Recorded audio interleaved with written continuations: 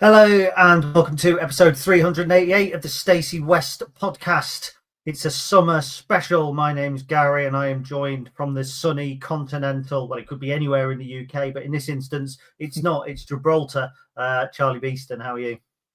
I'm very well. A little bit annoyed because I can't really brag about the hot weather that I've got here because I'm hearing that it's been just as lovely where you are. Yeah, it's been beautiful. As a ginger, I mean, I don't know what he's quite done to my hair today, but yeah, I couldn't run yesterday, so I couldn't run during the day because it was too warm. I went out at 9 o'clock at night and it was still far too warm. It was just unbelievable weather. So yeah, I've got Chris coming over later to play some pool, so I've had to open up the pool room this morning and try and get some air through. So yeah, all good. Very nice. Yeah, I rather enjoyed the pool tournament that we did at yours the other week when it was your party. Did you? I mean, granted, I got beat in the first round, Good. but you know, it's. I thought I had a little bit more of a chance when it wasn't rigged this time, but it turns out I didn't anyway. No. I did. Anyway, so a couple of little bits of housekeeping before we start. In a moment, I've got to change internets because I haven't done it before we've gone live, so I will disappear and come back. I've just noticed I've got a terrible signal. And also, Fee is just on her way back. She's going to come in at some point in the next half an hour, and the dog's going to go mental as well. So, as ever, we are professional on the Stacey West podcast. So we'll take that first little break now while I change my internet. Well, there we go then. Gary has gone. It's funny. So for those of you that are still here on YouTube, you may have seen we got mentioned on the Price of Football podcast earlier this week, and it's one that I listen to quite a lot. And they have this kind of running joke that they won't get a BAFTA because they are massively unprofessional in these sorts of moments. So it's nice to know that we're very much following that kind of lead. And they're literally speaking of it. Welcome back, Gary. Thank you very much. So let's get on with the show. Today is the day for me where last season becomes last season and next season becomes this season because it is fixture release day. Now, I used to be this the type of person that would sit around going, well, you play everybody twice, blah, blah, blah.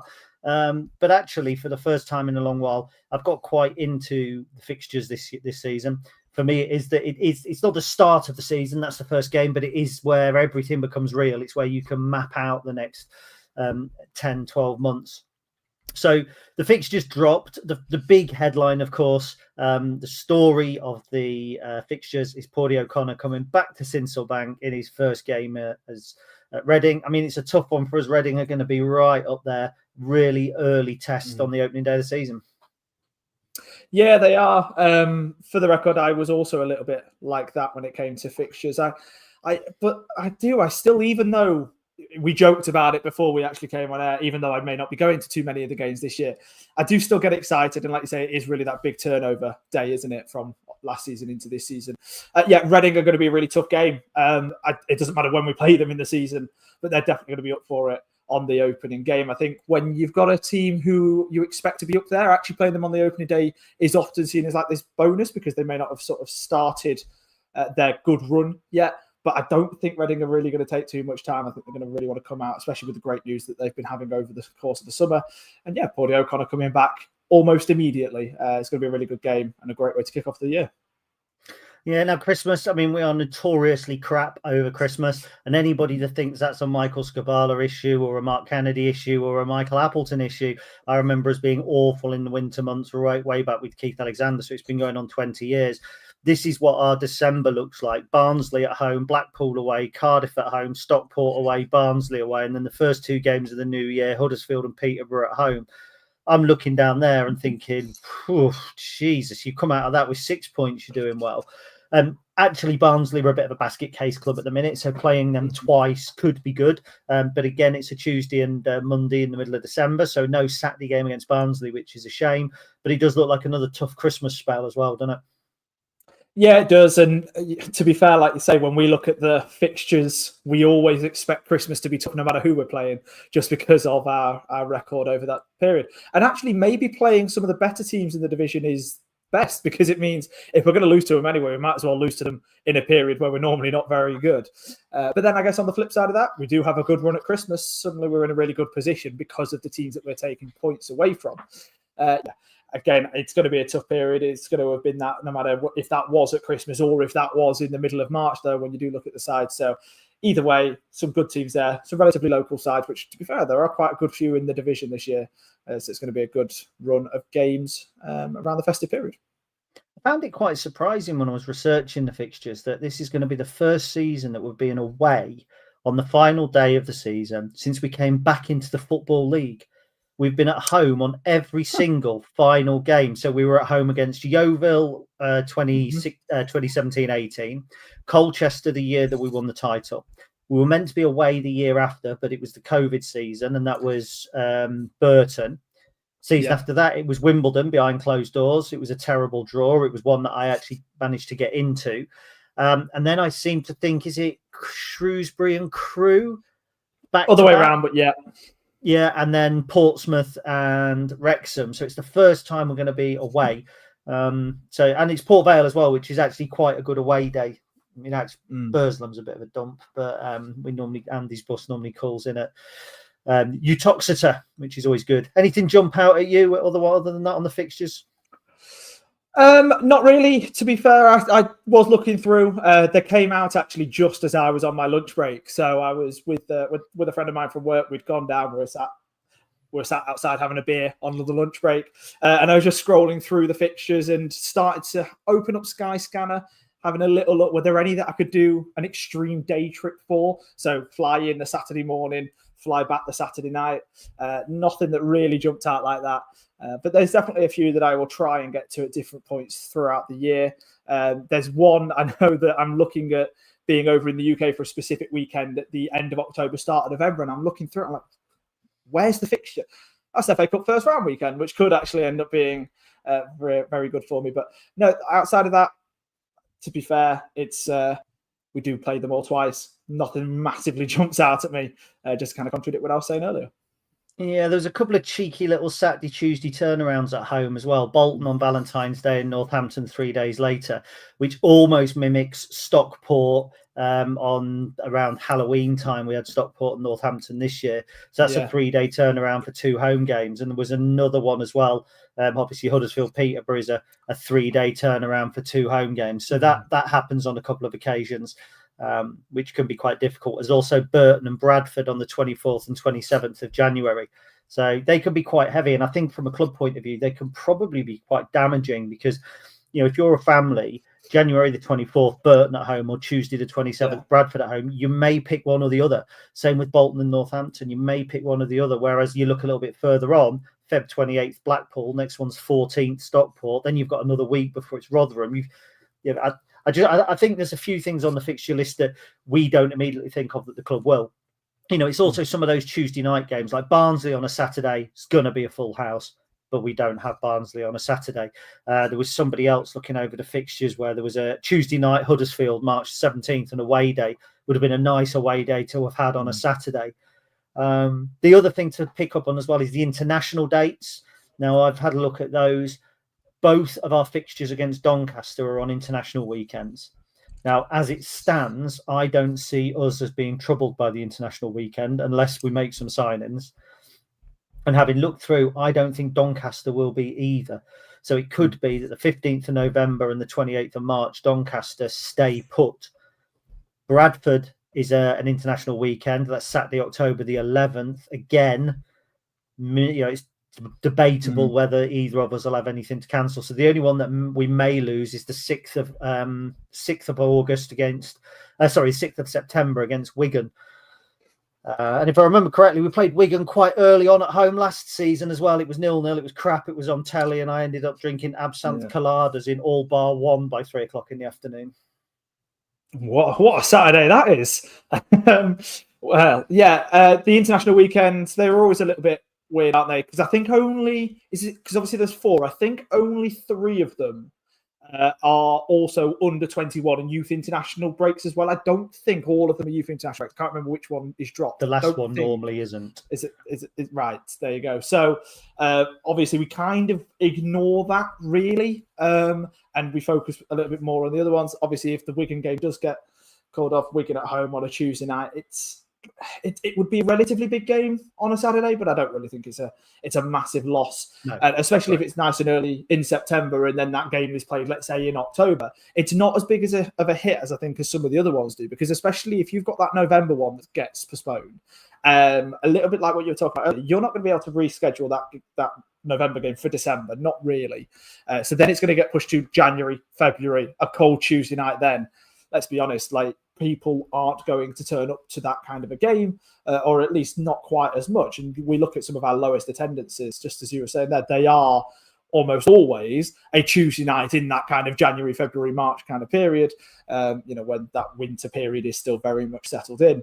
So maybe not having to think about that too much could be a nice bonus. And maybe, hopefully, FA Cup third round weekend could be the only time that we actually start worrying about that. Yeah, which is Exeter City away.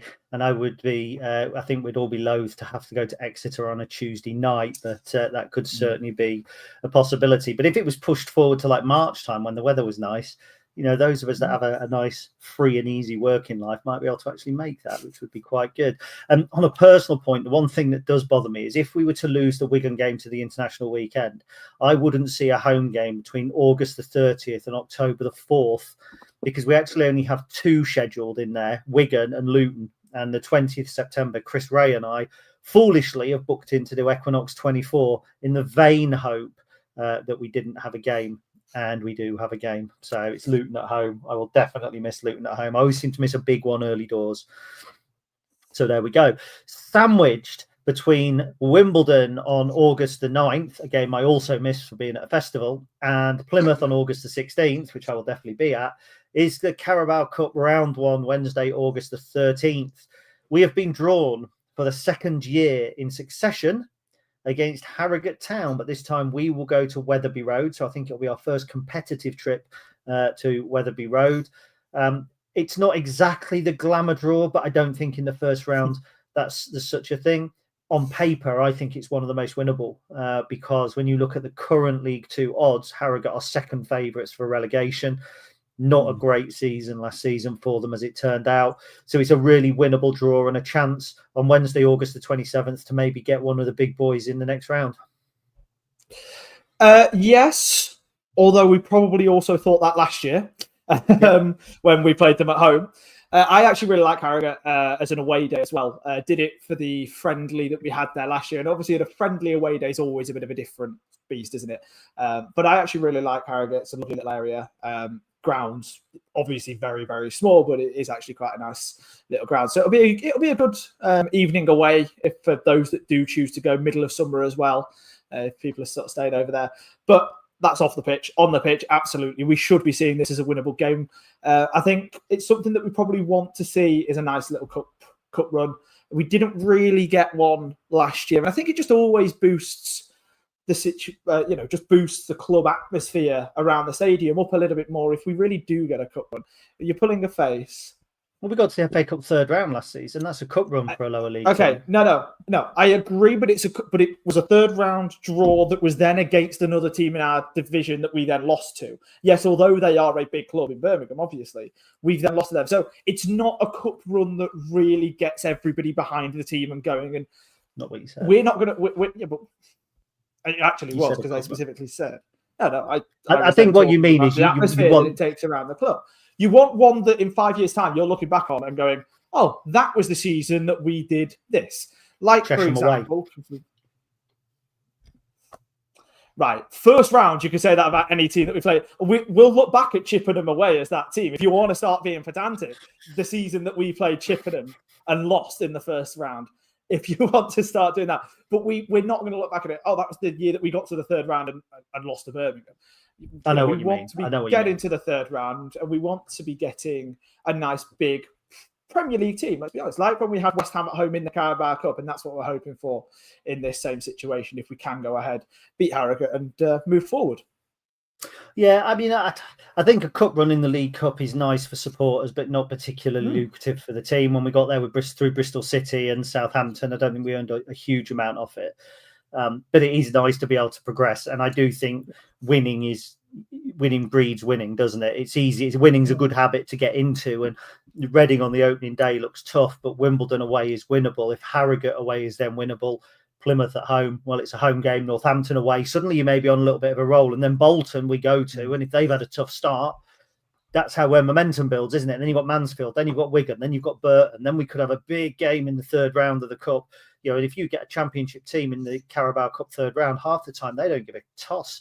You play Middlesbrough, then you'll end up with their under 21. So before you know it, you can get to the end of September on a roll. So I'm being facetious because it's a narrative that I've kicked back on, is that we didn't have a cup run last season, because we did. For me, any team in League One or League Two that gets through the first two rounds of the FA Cup is on a cup run. If you have to cancel a fixture because of the cup, for me, you're on a cup run. But it wasn't memorable. No, that's fair. And I think, is it a cup run in terms of, because again, I think we go back to talking about it in terms of like finances and fans, and they are often separated when it comes to the cups.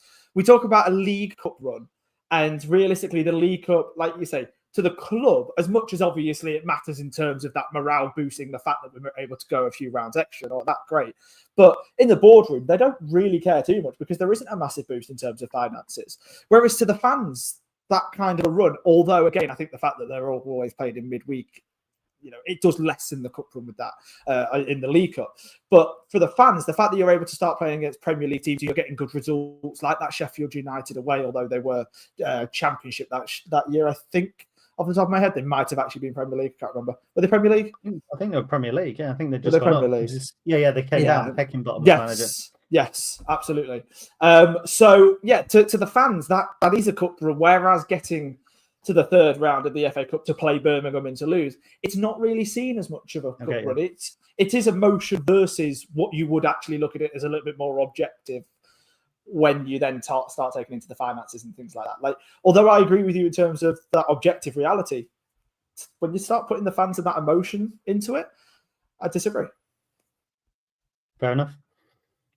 I mean, I remember the so-called cup run in the Carabao Cup when we beat Sheffield United and West ended up losing to West Ham. It was still 3 games. So for me, a run is how far you go. A memorable cup run, now that's different.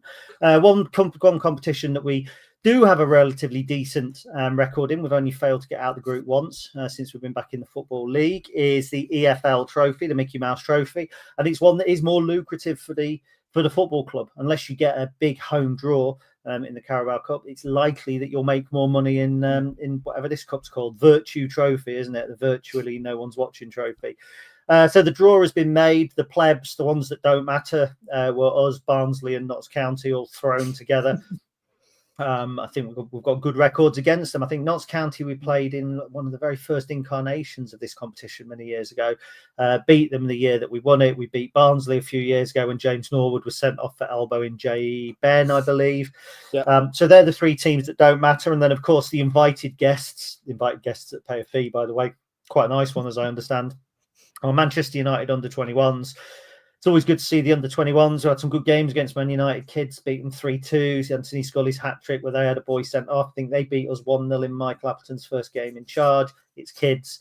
They're what it's all about. That's why they get added in afterwards, isn't it? Because they're special and we don't count. So that's our group. Nobody will care about that competition until fringe players start getting a game. It's where Jovan Makama, I think, scored his first goal. Freddie Draper certainly did. It's where Jack Vale even managed to score a goal for us. I just think it's a good competition to give players a run, kids a run out. But it doesn't really matter who you draw in it, because in that first round, it's reserve teams and under-21s, isn't it? The draw means absolutely nothing because they don't televise the actual main part of the draw. So I don't care. You can't just release the names of the teams that are separated into the groups on a random Wednesday afternoon and then try and pretend like that's a draw. And then, do the under-21 separate. It's a load of rubbish. But sort of away from that, the Virtue Motors Trophy, as I believe it's now called, like you say, which it will change names during the year, like it did last year, probably. It's I get all of the criticism for it. I don't like the fact that the under-21 teams are in it, obviously. And I do think it's a little bit outdated and probably needs a little bit of a shake-up in some way, shape or form. First of all, kicking the under-21 teams out of it. But it does hold... No, but it does hold a place for what it does in terms of a team of Lincoln stature. We have a relatively nice squad size. It gives players an opportunity who haven't necessarily been able to get minutes in the league, especially that early on in the season, gives them an opportunity to impress and then potentially get a few more minutes in the league after that point. It's going to give, let's say Zane Okoro, if he isn't out on loan for the first half of the year and he's in and around the squad, we might see him get some good minutes in this trophy. And that's the kind of thing that we use it for, especially in those early rounds. You start getting to the quarterfinal, suddenly you're then thinking, okay, this could be a day out at Wembley and a bit of a cup run that we can start getting behind. Sure, but before then, if you're looking at the group stage, it's purely about trying to give players who haven't necessarily had too many minutes an opportunity to impress the manager and the coaching staff and also impress the 1,000 fans that might be in the stadium. Yeah, I'm not going to talk about it too much. I don't want to get into the debate about the trophy at the minute. I actually don't have an issue with the under-21 clubs coming in. I have an issue with the way that they're treated. They should be in the pot with everybody else and it should come out all on the same day. But I can handle it. I've kind of got a little bit used to it now, and I don't think it's a surreptitious way for them to slide into the Football League. I don't think it will happen. It's a way that some money gets handed down. I quite like the competition because I'm a man that likes oddities. I've been doing articles on friendlies recently. I've been picking out all those odd friendlies like Torpedo Moscow and Ottolul Galati and things like that. I love those little oddities. And I think that this competition gives you an opportunity. It throws up those oddities. When we played Chelsea, we're looking at players who've gone on to move for 30 odd million pounds, but they're kids, and age groups do matter. People, I think there was a belief that I will put all these hot, fast kids out and they'll be able to beat proper teams, and they haven't. Actually, the under-21s generally have done shit in this competition. Not one of them has made the final. I think there's only been one make the semi-final, which was Chelsea when we beat them. I think nearly every other time it's league clubs. I think all but one under-21 side were knocked out in the group stages last season, something like that. So I quite like the oddity. I don't regularly turn out for the games. I can't remember if I went to one last season or not. I know it's the club have kind of tried to tempt people with that Gold Member Plus ticket where you get your EFL Trophy games free. I kind of get it. I might go to one. I might not. It really depends. It depends who's going to play. I went to the one where Jacob Davenport played because I wanted to see what he looked like. I'll go to ones. I think that was Doncaster, wasn't it? I think we lost. Yeah. Kieran Agard might have scored for them. But again, I quite like it. And if we've got players who need minutes and they haven't been playing, and it's like, well, we're going to start Rob Street up top and we're going to have Jack Moylan in behind him, and it'll be Okoro on one flank, and then I'll go and have a look at that. I'll go and have a look at these players. So yeah. So that's that. The fixtures are all in. No doubt at some point the dates will be fixed for the EFL Trophy, and we're up and running. Any final word on the fixtures, Charlie? No, like I say, not really. I think when you start getting a little bit closer to August, it starts to become a little bit more real. Like at the moment, you can sync it up to your calendar and all of that, but it's a month and a half away. I don't normally care what's happening in a month and a half's time. I start focusing on that in a month and a half's time. So when that does start to come, then it's like, oh, okay, I will actually start to remember who we're playing and when. Oh, we've got such and such this week. Oh, and then that must mean that next week. But outside of that, we do play everybody twice, as you've already said. And it's going to be a great season. I'm looking forward to hopefully having a good start against Reading. And if we can get a result against Reading and then take that into Wimbledon, suddenly I just think expectations and hopes are a little bit higher by the end of August. Well, for somebody who said not really when I asked him if he had anything to add, you certainly managed to find something to pop in there, didn't you? It's called waffling. It's basically what we do. I noticed. Well, that's what you do. Everything I say is succinct and powerful and believable. So that's it, fixtures. I think what we'll do is we'll move on to an ad break now, and then we'll come back, and after the break we will discuss transfers in and transfers out. So we'll do that now. We would, but I haven't got a pen. 24:20. Not that many comments because I think we've gone on quite early. But my light's just gone out there. So you can put them on nicely here. So Andy Brown always here. Hello, Andy. Steve Barton is here as well. Hello, Steve. I'm just going to try and turn my light on. I run it off a power bank, you see. There we go. Harry Warby. Hello. Mick Kennedy. I worried a little bit there. I thought he said Mark Kennedy, currently listening in the Philippines. Mick, I hope you're well. I hope the Philippines is warm. Reading at home based on last season. A great chance for Makama to get up and running. It'll be a very, very different game this season. John Davison, good evening to you. And we have Chris is obviously watching at home as well. So he will be doubtless coming in very, very soon to see me. I'm a stats. If you like pina coladas, getting caught in the rain. So I've enjoyed that. That's on the break though, so we can get away with that, and that won't be broadcast. Are we ready to come back in? Absolutely. Hello and welcome back to the Stacey West podcast. If you were watching live, you will have just had a minute and 10 seconds of utter nonsense and all Chris's favourite little references. If you are listening on at home, you will have just had an advert. So whatever that's for, hopefully it's okay with you. There may be gambling adverts going on next season. I think TalkSport have signed a new deal with Coral. So if you are fundamentally against that, please do let us know. But the intention is to keep those adverts in there, and hopefully it will enable us to do maybe a sponsorship in the academy or something like that. But with the Stacey West Patreons, so the people who pay a small amount each week for the site content, clubbed together recently, and we will now, the Stacey West Patreons will now be sponsoring Eric Ring next season, home and away. So it's quite nice to have that. We have the Stacey West podcast have sponsored people before. We sponsored Ethan Arahan a couple of years ago. Sponsored Danny Rowe, I think, a few years ago as well, through some benevolent overseas fans who don't wish to be named. We have sponsored other players in the past. I can't remember who we had this season. I know we had Kiba Delican, I think, 2 seasons in a row. We may have had Ethan Arahan this season as well. Away. I'm not entirely sure. So there we go. Right, let's get stuck back in. So we did get some transfer news, which we haven't spoken about on the Stacey West podcast as yet.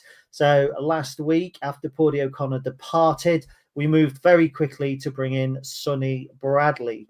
Now, Sonny, sometimes when we sign a player, us at the Stacey West are desperately then scanning or trying to read up on said player. We may have heard of them, but not quite know what they're all about. So generally, it can cause a little bit of research. When I saw the same name, Sonny Bradley, there was no introduction needed at all.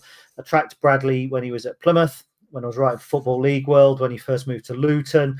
I remember commenting when Luton were promoted and they let him go to Derby. I remember when he went to Wickham and saying that's a massive signing for this division when he went on loan last season. I think we're talking 6'5", scary looking character, but he has been about. For me, this signing feels very much like Jason Shackle Mark II. Or Jason Shackle, bigger, badder, bolder kind of thing. A little bit younger than when Shackle came to us, no less talented, a player with championship experience, a player with League One experience, a player with winning experience. And in a 4 with maybe Tom Hamer with a little bit more pace at the side of him, could be a fearful figure for us next season, Charlie. Yeah, I absolutely agree. What is it, over 400 EFL appearances and a good handful of those in the Championship as well. I just think he's a great addition, like you say, to slot into that defence. Obviously, losing Paudie O'Connor left a little bit of a hole. I think, obviously, losing Sean Rowan, potentially a slightly bigger hole, but that's a sort of a different story. But we've brought in a left-footed big, bold centre-half in Sonny Bradley, who can very much slot into that role that Paudie O'Connor has left. And honestly, that kind of system, if we do end up playing him next to the likes of Tom Haver or even a Lewis Monsma, it could really complement each other very, very well, especially with Tom Hamer. I agree, by the way, when he moved to Wickham, I was really impressed with that kind of a move for Wickham. And to be fair, although they tailed off a little bit towards the second half of last season, it was their defensive record that actually stayed pretty strong, but they just struggled a little bit more in front of goal. So it's not like Sonny Bradley came in and then suddenly they're leaking goals left, right, and centre. It was the total opposite. So overall, big name player, which is always nice. I think when we do sign one of those, I think most fans know. To bring him in and to have him set up in that system next to Tom Hamer, I think could give us a really good year ahead in that defence, which is something that we've had a really strong defence over the last few years, but we have certainly had a few issues with it, especially if you start to look at, let's say, the first half of last season. Yeah, 119 championship appearances for Luton between 2019 and 2023. 7 for Derby last season, did struggle to get into their side, made 2 for Hull in the 2011 and 12 season. Played in League One with Crawley, obviously was promoted from League Two to League One with Plymouth in 2017 as well. An absolute monster of a player in reality, both physically, I think, and metaphorically. We needed a centre half. We've signed a centre half now. It's a box. I mean, there's only so much analysis that you can do on this type. If you say really important, I think, about the left-footed centre half as well, because actually, talk about filling the position that Pawdy filled. Well, when we were playing the 3, technically, Pawdy was we had Sean Rowan there, so we did have left-footed on left side. So I do think it's important to have that. And I know Michael Skubala often talks about balance and having that left-footed player. But again, in a it's weird because you say in a 3, which is actually technically a 5, and then you say 4 because you're bringing the fullbacks in, whereas you don't include them in 3. But in a flat back 4, I think great signing. Be interesting to see how he works with Adam Jackson. You would imagine that will cut down Adam Jackson's potential performances. Maybe the Saturday, Tuesday might be something we try and manage. You might see Joe on the Tuesday nights and Sonny on the Saturdays. I don't know, but we'll certainly be looking, I think, to preserve him for as much as possible. We're surprised that it was a 30 plus, I think 33-year-old, isn't it, coming in?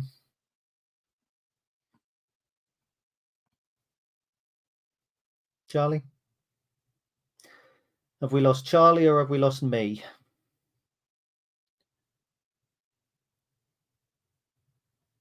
If you're watching at home, have we lost Charlie or have we lost me? Anybody? Frustrating.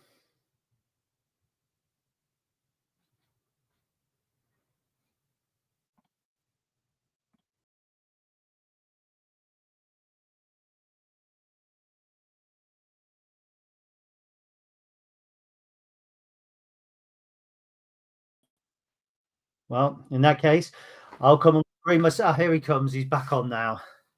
We hope. I don't know what happened there. I apologise. No worries. So I did ask you, Charlie, about if you were surprised that it was a 33-year-old that we brought in rather than a younger player.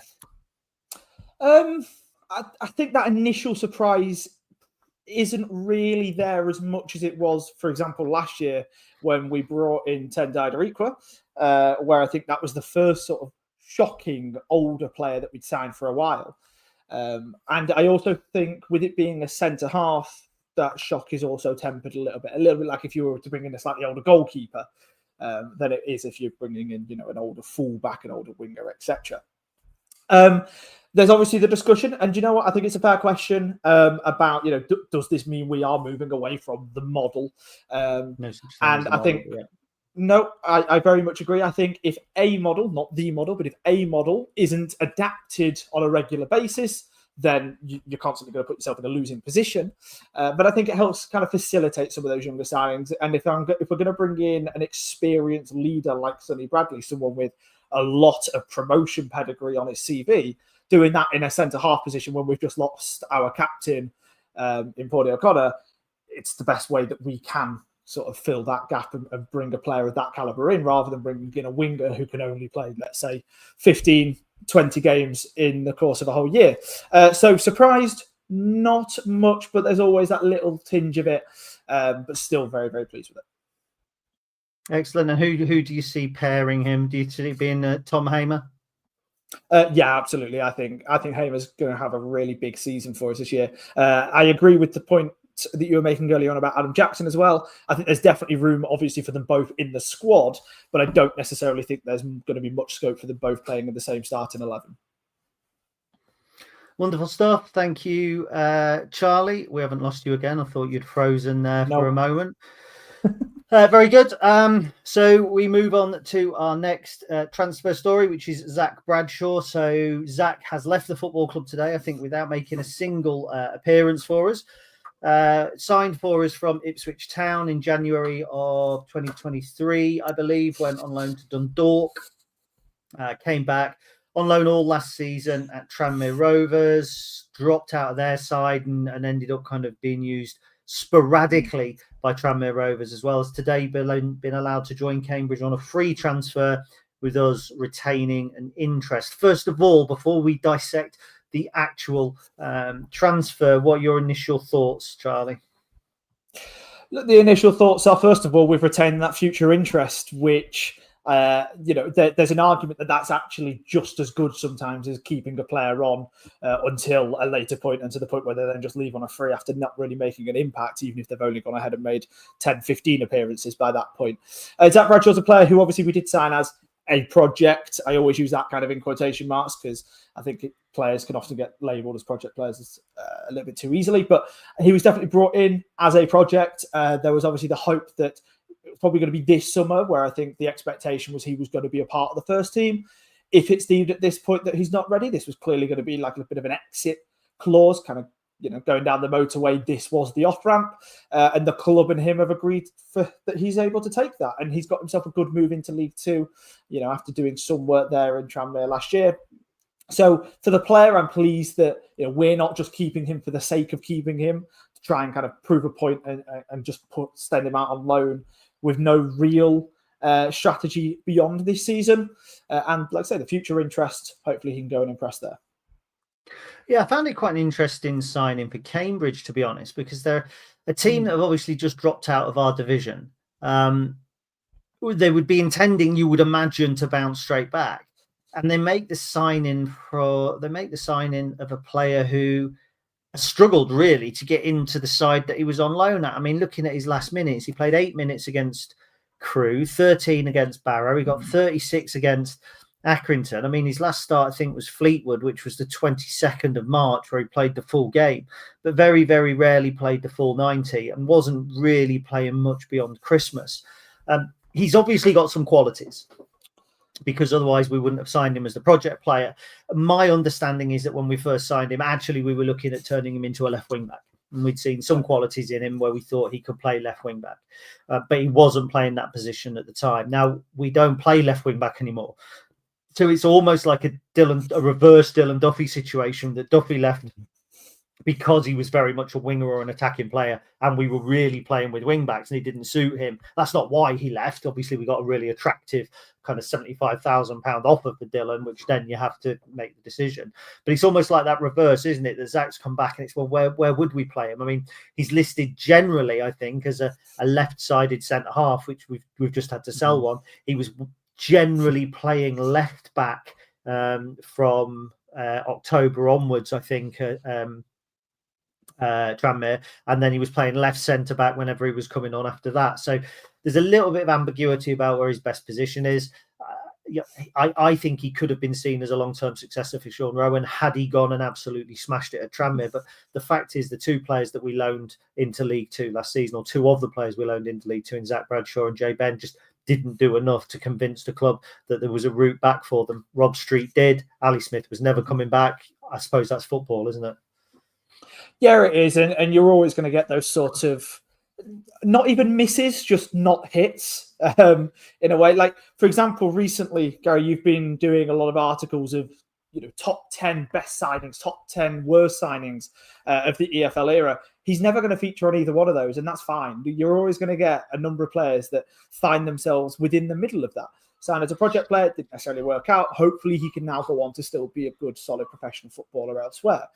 In terms of kind of his minutes at Tranmere in particular, back when we did the live show in April, me and Ben did a segment talking about the players that we had out on loan. And to do that, we got some sort of sound bites from other podcasts of sort of the clubs that those players were at. And we've got a Tranmere fan who basically just told us that the first half of the season he came in, he was solid enough, wasn't exactly too extraordinary. And then there was a couple of kind of bad games in a row. There was a potential for some kind of personal issues and struggling to settle that were kind of marring it in the background as well, which then kind of caused him to not have as many minutes going into the second half of the campaign as obviously we would have liked from a Lincoln point of view. And again, that's okay. If he can now go to Cambridge, kick on, and find a position that really suits him, because like you say, there's actually a little bit of ambiguity about what that position really is for him. But if they can find that for him at Cambridge and he can kick on, then great, good on him. And we've got that future interest. So I always, when we're talking about a player like this, I always revert back to something that someone at the club said to me a couple of years ago.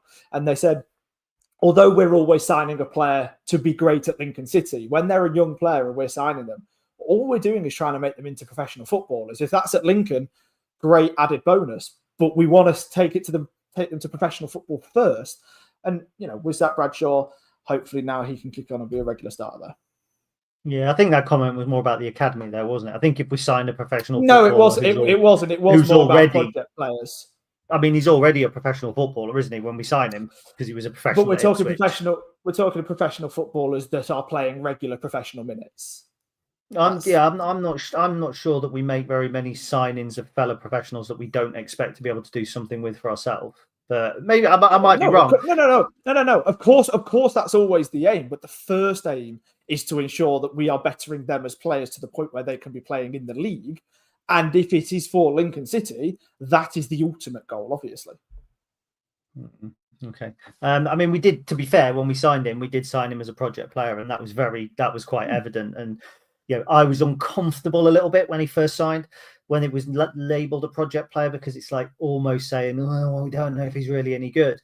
But it was actually a little bit of kind of clarity, I think, on him coming in, that there wasn't that expectation that he would go on and play. And to a degree, we didn't get that with Jay Ben. When we signed Jay Ben, it was felt that he was one that we were going to sign for the future, whereas he probably turned out to be a project player as well. Where do you stand on the project player signings, Charlie? Is it something that you're behind, or do you think we should be concentrating purely on footballers for Lincoln City?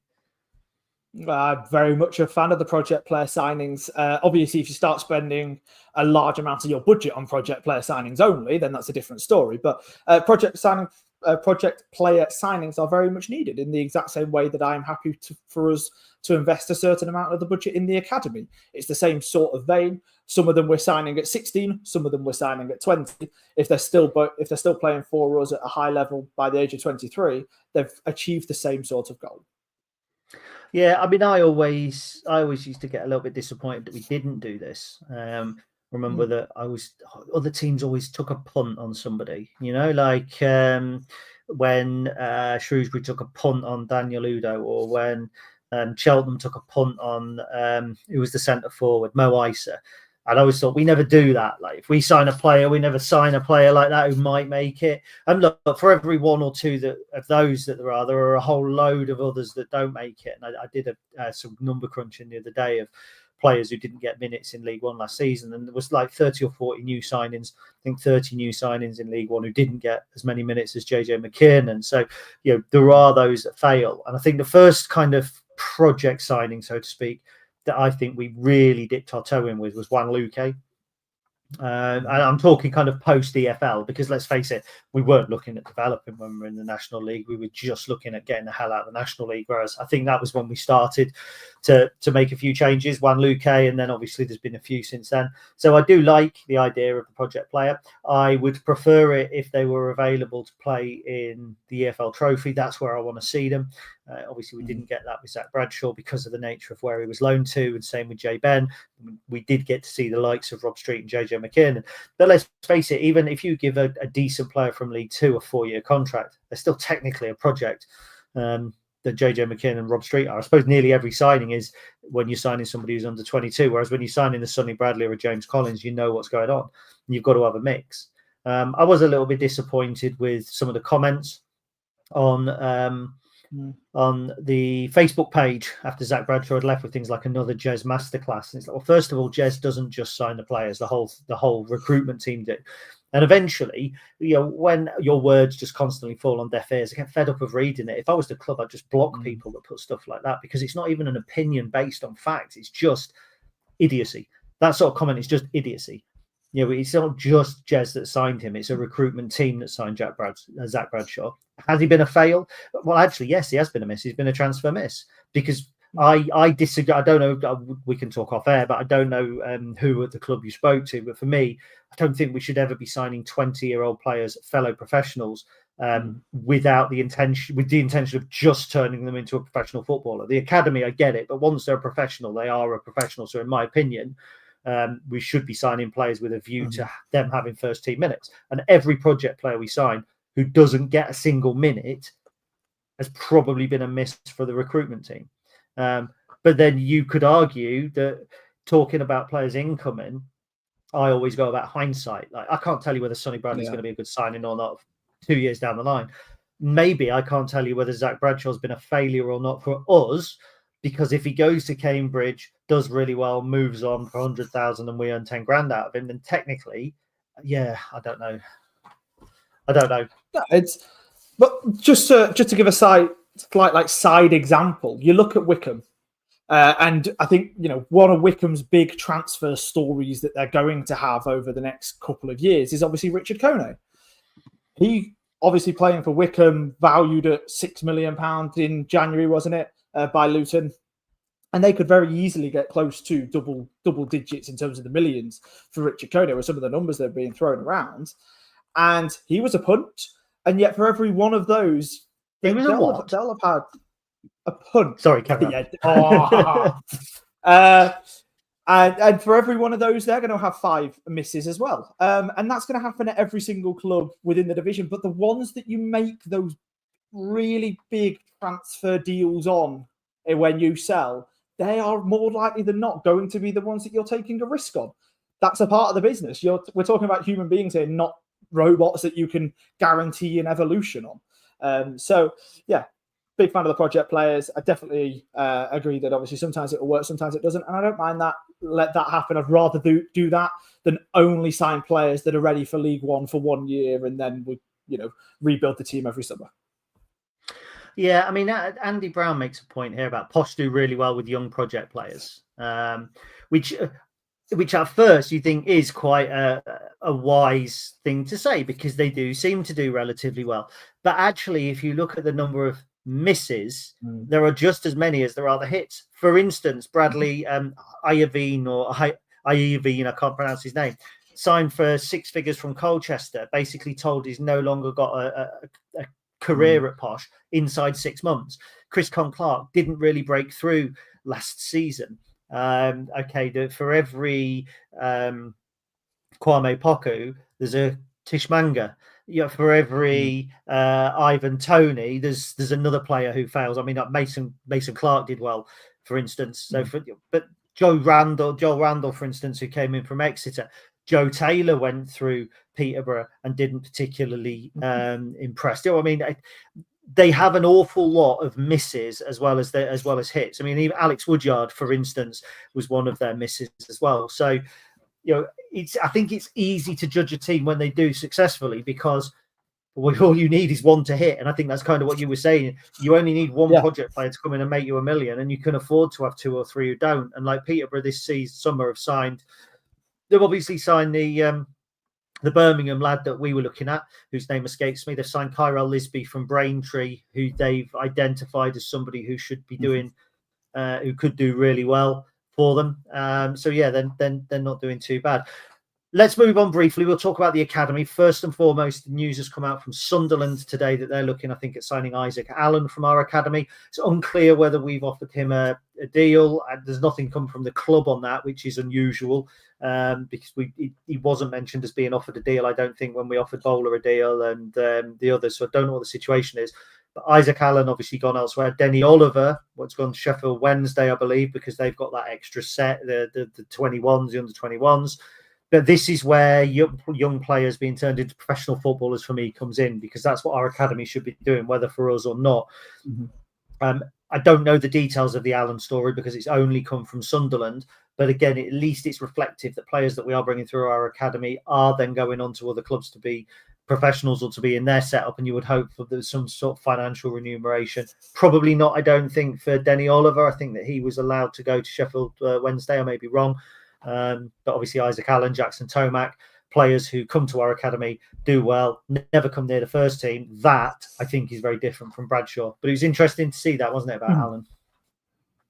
Yeah, it was. It actually shows a little bit of faith in our academy. The fact that you've got a newly promoted Premier League side that are eyeing up a move for one of our young keepers. Obviously, again, it's just their academy side, so there is a slight difference in that. But still, if he's able to go there and progress, great news. Once again, first of all, we will likely get something in there. Exactly what the fee situation is in the contract situation, like you say, I'm not sure, because there seems to be a severe lack of detail on that.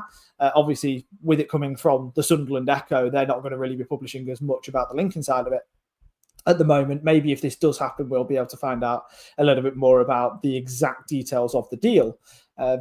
But almost certainly with these situations, there will be some form of a future interest involved. And again, that's great. If we've got a newly promoted Premier League club, first of all, trying to take one of our academy players, that boosts up our reputation a little bit in terms of those footballing circles and gives us the potential to earn a little bit of money later on down the line if he is able to go there and impress. So obviously, it's not always a great thing when you're losing an academy player, but there's certain positives in it. Yeah, speaking of the academy, there was an announcement yesterday, which is not the sort of sexy announcement that fans will pay an awful lot of attention to, but a new setup between the academy and the foundation, looking at offering that pathway. Chris will be watching at home all happy now, another one of his buzzwords, for all boys and girls across the county. So it sounds like they're opening up new centres across the county to try and catch some of these young players. I use the example of John Oster, for instance, who played out on the East Coast as a youngster. I think he played for Skegness Boys against me, if I remember correctly, when I was playing under 13. I think he's the same age as me. Tom Hopper's another one who obviously was out that way and ended up going to Leicester. Going back further, you've got Lincoln-born players like Steve Froggatt and Steve Sims who haven't been picked up. So we're just looking at really trying to mop up as much of the talent as we can. But it's not purely about for the first team. I think it's also about trying to, because the foundation are not, they're not looking to create first team players for Lincoln City. They're looking to create opportunities within football for all young people across the county. Anyone who plays anywhere, whether they live in Whitcall or Lincoln or Crofton, Skegness, will have that opportunity, boy or girl, to come through and hopefully play for Lincoln City senior team one day. So it was a nice news story that nobody will pay attention to because it's not a player signing. No, you're right. And it's a shame, actually, because there's a lot to this. I think, first of all, that kind of social benefit that you were talking about, especially that's kind of going to be the focus of the foundation more on this, isn't it? Providing that opportunity for young boys and girls across the county to just go and have a kick about. And it's something that I think we all did, or at least would have liked to do if we didn't at a young age. We all enjoyed having a bit of a kick about playing football. I was always put in goal for some reason, never quite sure why. I think it's a great opportunity for people to come together. So that side of it, huge benefit to the county. And it's, again, similar to the news in terms of the things like the Yarborough Leisure Centre when the foundation stepped in to help that. It's, again, just putting the club and the foundation's name on the map for those social projects. To then look at the talent ID pathway that obviously the club are then taking more of a keen interest in, I don't see this as anything other than a real good positive. It's not something that we'll see a benefit to overnight. But if there are players in this county, and again, it's a county that the population density is quite low in a lot of areas, you're going to have players that are spread out all over the place in some more rural areas that maybe have never been picked up. But if we're able to start IDing those at these local footballing development hubs that are going to be set up in 5, 6, 7, 8, 10 years' time, we're going to start reaping the rewards at Lincoln City. It's exactly like when we came back into the EFL and we started investing money into the academy again. The benefits of that were never going to be seen overnight. But then you look at it last season, there was the stat that came out that we had the highest number of minutes in the EFL for Category 3 academies. So those are the benefits that you see a lot later down the line, but can only be a positive to the football club as a wider beast. I'm not sure I'd have put the blind kid in goal, to be honest. No, again, it was always the opposition that asked for it. So I don't know. Or we'd normally play just everybody at one goal. Weird. Yeah, There's only ever one goal down our local park. I think I would have put you behind the goal as ball collector. I suppose only if you had one of those bright yellow balls. Right. I don't think you've seen me play, because actually I think you'll find that when I play five-a-side, I'm a top-level defender. Okay, so come on now. Yeah? Yeah. I can't say anything. Incredible. I was gutted. I was the only kid on my youth team that didn't need his kit washing every single week because it never got dirty. You can find me on the floor. Anyway, somebody whose kit always got dirty for Lincoln City, and this isn't random, is Matt Reed. Now, Matt Reed, as we know, is a Lincoln City legend, finished on 49 or 50 goals, depending on whether you count the Lincolnshire Senior Cup, which you don't. Lincoln City legend, and guess what? You don't get one podcast this week, the shambolic Gary and Charlie show where we both lose our connections and all that sort of thing. Oh, no, you get two podcasts this week, because tomorrow the top presenter of the Stacey West podcast, Ben, is going to be alongside the newest pundit of the Stacey West podcast, Emily, and they're going to be joined by the man, the mountain, the legend and the myth that is Matt Reed. We've been assembling questions over the course of the last few days, and they will be recording that tomorrow. I'm not sure when it's coming out, but if you've listened to this and thought, God, I could just listen to something sensible, well organized, well ordered, and well presented, you don't have to go to any rival podcast. You now get the opportunity to listen to that. Matt Reed, Ben, what's his surname, Ward, and Emily Rook, the terrible trio, will be recording over the course of this weekend.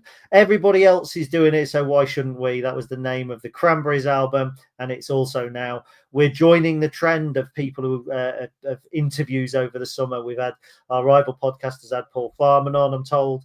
The Radio Lincolnshire has had Harry Toffolo on, asking questions about whether he's going to sign or not, which is just unfair. That's like teasing pornography to Ben, because he's not going to sign. So we've got Matt Reed. Should be a good one, shouldn't it, Charlie? Yeah, I am very much looking forward to taking a listen to that one over the weekend. I'll look forward to being told whether it was any good or not. Whether I'll get an opportunity to listen to it, I do not know. Right, 56 minutes in.